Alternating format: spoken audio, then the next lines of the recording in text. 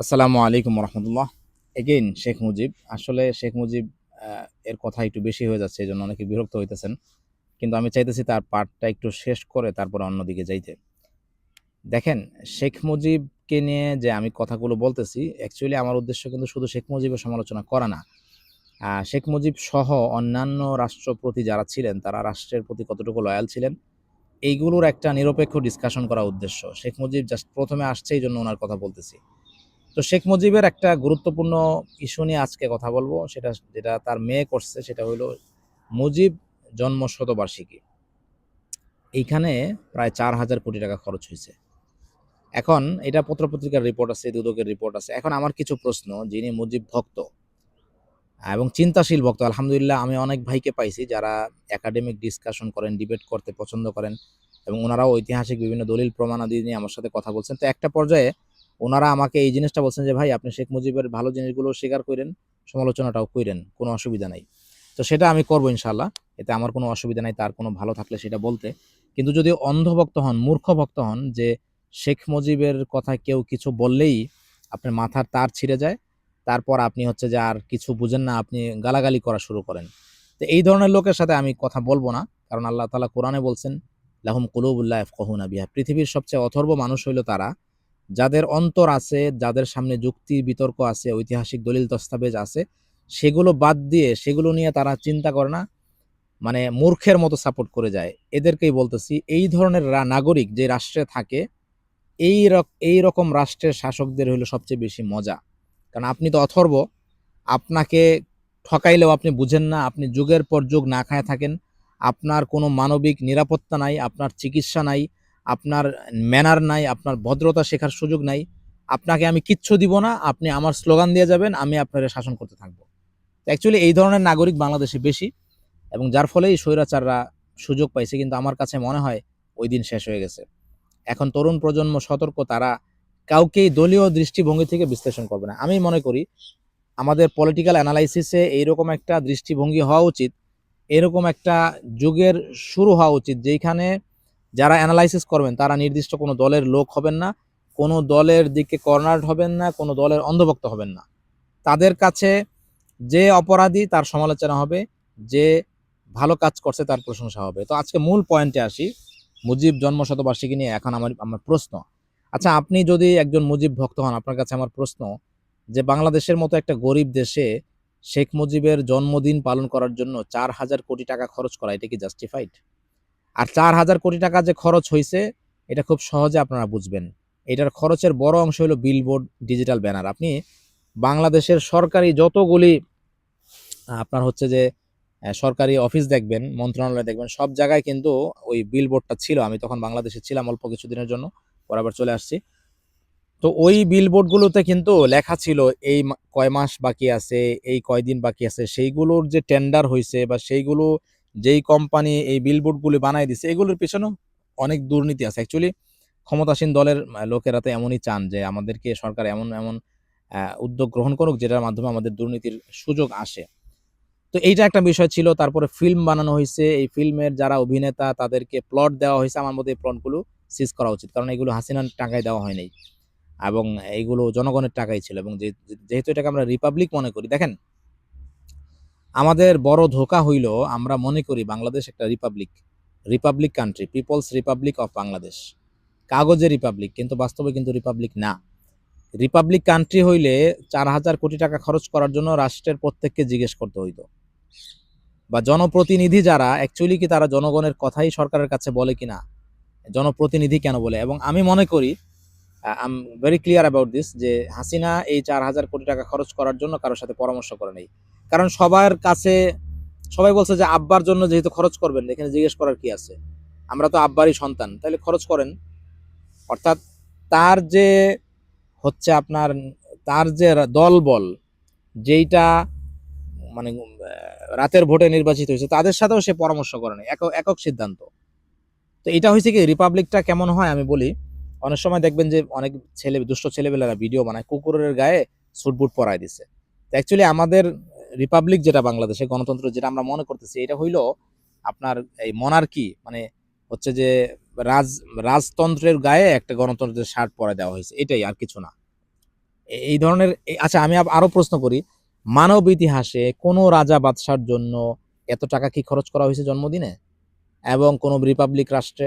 আপনি দেখেন পৃথিবীতে কত ধনী ধনী রাষ্ট্র আছে, সৌদি আরব আছে, হ্যাঁ, যারা তেলের উপরে চলে, তাদের টাকার কোনো অভাব নাই।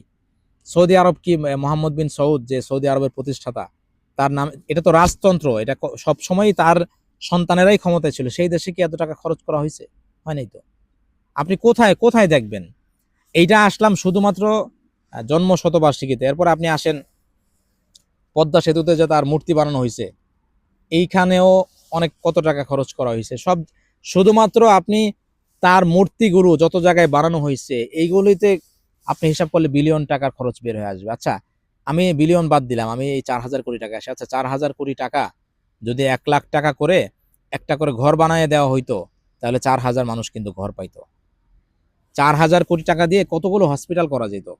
4,000 কোটি টাকা দিয়ে আপনি হচ্ছে যে আমাদের সমস্ত পাবলিক বাস রিপ্লেস করা যেত। তা দেখেন আপনি নাগরিক হিসাবে যে ঠকতেছেন, আপনার যে মৌলিক অধিকারগুলো আপনি পাইতেছেন না। আজকে 2025 সালে একটা নাগরিক পৃথিবীর উন্নত দেশে যা যা অধিকার পায়, আপনি যে এগুলো পাচ্ছেন না, এটার পিছনে কিন্তু আপনার আব্বার নামে দুর্নীতির দায় আছে। ঠিক আছে, তো কাজেই আব্বার প্রতি কৃতজ্ঞতা বা অস্থির হয়ে যাওয়া, এটা কিন্তু মানে এটা কিন্তু ডেমোক্রেটিক প্র্যাকটিস না। এটা সুষ্ঠ রাষ্ট্র ব্যবস্থা না। এই জায়গাগুলো থেকে আমাদের বের হয়ে আসতে হবে। আর আমি মনে করি, আমি শেখ মুজিবের কথা বলতেছি, এরপরে আমি অন্যদের কথাও বলবো। একটু জিয়াউর রহমানের কথা বলে রাখি। দেখেন জিয়াউর রহমান এমন একজন ব্যক্তি, যিনি শেখ মুজিব যখন 25শে মার্চ রাতে যখন সে মানে নিজ যেটা একে খন্দকারের ব্যাপারে একটু জিনিস বলে রাখি, আপনারা অনেকেই জানেন যারা রাজনীতি সচেতন এবং আওয়ামী লীগের রাজনীতির সাথে জড়িত। একে খন্দকার কিন্তু আওয়ামী লীগের রাজনীতি করতেন। ওনাকে আওয়ামী লীগ যুদ্ধের পরে এয়ার ভাইস মার্শাল বানাইছিল, বিমান বাহিনীর প্রধান বানাইছিল। একে খন্দকারের কথা নিয়েই কিন্তু আমি শেখ মুজিবের সমালোচনা করতেছি, যে এই সমালোচনাটা সে শেখ মুজিবের সামনে করে নাই, কিন্তু তার ডায়েরিতে লিখে রাখছে, সে পরবর্তীতে বই আকারে প্রকাশ করছে। ঠিক আছে, তো একে খন্দকারের হচ্ছে যে বই থেকেই আমি বলি, জিয়াউর রহমান কিন্তু এই কথা বলছেন।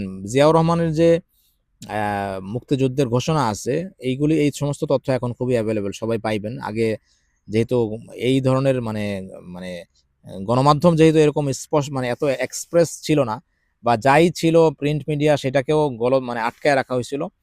তো জিয়াউর রহমান যে মুক্তিযুদ্ধের ঘোষণাটা দিচ্ছেন, উনি কিন্তু নিজেকে বড় করার জন্য দেন নাই, উনি দেশের মানুষকে ঐক্যবদ্ধ করার জন্য দিচ্ছেন। এবং জিয়াউর রহমানের একটা ছোট্ট ভিডিও আমার কাছে আছে, আমি এটা চ্যানেলে ছাড়বো পরে, জুলকারনাইন সাইয়ের বাইর থেকে আমি এটা নিছি। তো জিয়াউর রহমান কিন্তু বলছে যে আমি বাংলাদেশের প্রেসিডেন্ট বলছি, আমি স্বাধীনতার ঘোষণা করলাম, উই রিভল্ট, আমরা বিদ্রোহ করলাম। এবং জিয়াউর রহমান এটা বলছে যে আমার এই ঘোষণা শুনে পুলিশও বিদ্রোহ করছে, সাধারণ জনগণ অস্ত্র হাতে তুলে নিছে।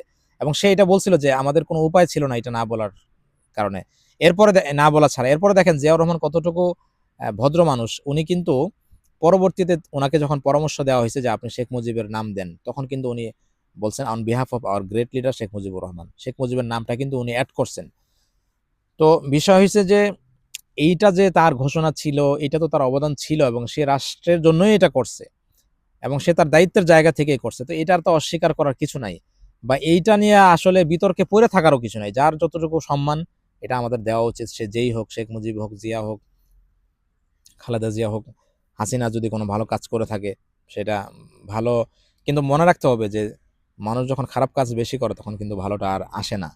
তো যারা আওয়ামী লীগকে সাপোর্ট করেন তাদের এই জিনিসগুলো আসলে ভাবা উচিত। আর একটা জিনিস কি, আপনি আওয়ামী লীগ হন, আমি কোনো রাজনৈতিক দল করি না, আমি বিএনপি হই বা জামাত হই, যাই হই, আমরা সবাই মিলেই কিন্তু বাংলাদেশ। এবং আমাদের পাসপোর্টের যে ভ্যালু, এটা যখন ডাউন হয় এখন, তখন কিন্তু এফেক্টেড আমরা সবাই হই। কাজে আমার মনে হয় যে পুরানো কাসুন্দি না ঘাইটা আমাদের জাস্ট পুরাতন যেই যেই জায়গায় আমাদের রাষ্ট্র ভুল করছে, এগুলোর আলোচনা করে আমরা ভবিষ্যতে কিভাবে আগায় যেতে পারি, এটাই আমাদের ভাবা উচিত। দেখেন আমরা প্রবাসে যখন কারোর সাথে দেখা হয়, যদি সে বলে বাংলাদেশি, আমরা কিন্তু তার কাছে যাই, দুইটা কথা বলি, এটা জিজ্ঞেস করি না আপনি আওয়ামী লীগ না বিএনপি, এটা আমাদের বড় পরিচয় না ভাই। আমাদের বড় বড় পরিচয় আমরা বাংলাদেশি।